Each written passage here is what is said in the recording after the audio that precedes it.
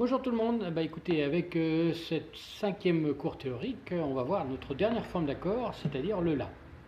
Ça va nous permettre de voir comment ça s'organise à travers tout le manche, puisqu'on a vu nos 5 formes d'accord. Enfin, à la fin de celui-ci, on aura vu nos cinquièmes formes d'accord. Et donc le prochain cours, ça vous permettra de voir en fait les formes demi-formes de La, des décalés qui vous permettent de retrouver vos accords, et puis de retrouver aussi un peu les notes qui sont sur le manche. Maintenant, ça devrait être un peu plus facile pour vous. Alors, cet accord-là, il est constitué de quoi? En fait, on va reprendre toujours la même méthode, on repart de notre cercle des accords et on vient chercher sur l'axe vertical la note La. Donc, ensuite, on va se décaler dans le sens horaire, on va se décaler de 2 tons pour trouver notre tierce, et là on tombe sur le Do dièse, et on va se décaler à nouveau d'un ton et demi à partir de la tierce, ou 3 tons et demi à partir de la fondamentale, et on va tomber sur la quinte, donc le Mi.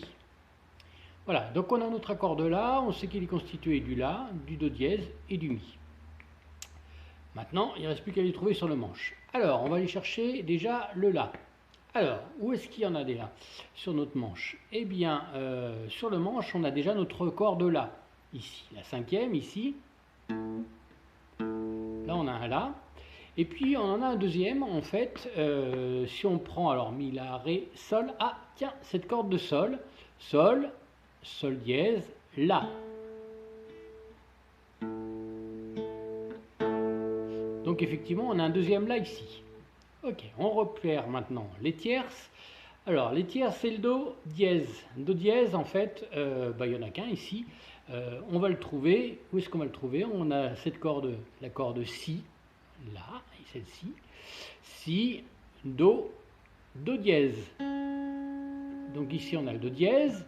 Maintenant, on va chercher notre Mi pour la quinte. Alors, à la limite, il y en a pas mal qui sont accessibles, en fait, puisqu'on en a 3. On a l'accord de Mi, la 6 à vide. On a l'accord de 1 à vide. Et puis, en fait, qu'est-ce qu'on a encore? On a encore le Mi qui se trouve ici sur cette quatrième corde, puisque c'est l'accord de Ré. Donc, Ré, Ré dièse, Mi.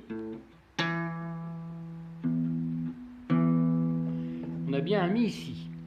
Ce qui veut dire que notre accord, on va le faire, on ne va pas prendre le Mi ici, le premier, mais on va le retrouver ici.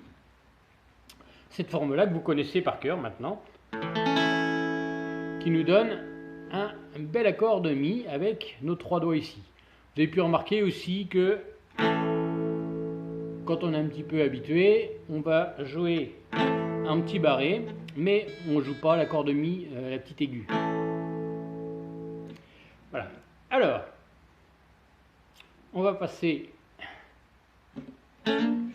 à un autre accord, comme d'habitude, si on veut faire l'accord de La 7. Alors, l'accord de La 7, vous vous rappelez, on va aller chercher moins un ton par rapport à la fondamentale, puisqu'on va chercher une septième mineure. Donc, la fondamentale, c'est un La, donc on va trouver un Sol. Alors, où est-ce qu'on va trouver un Sol?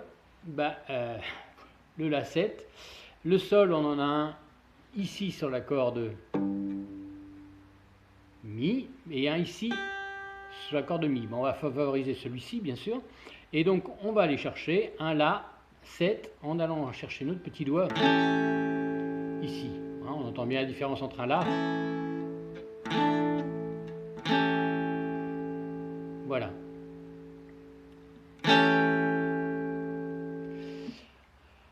Ensuite, qu'est-ce qu'on a comme d'autres formes d'accords, comme on l'a fait? Le La mineur. Alors, le La mineur, vous vous rappelez, à la tierce, on prend une tierce mineure. Donc, on va aller chercher là où on avait notre tierce, ici un Do dièse. On va aller chercher un Do.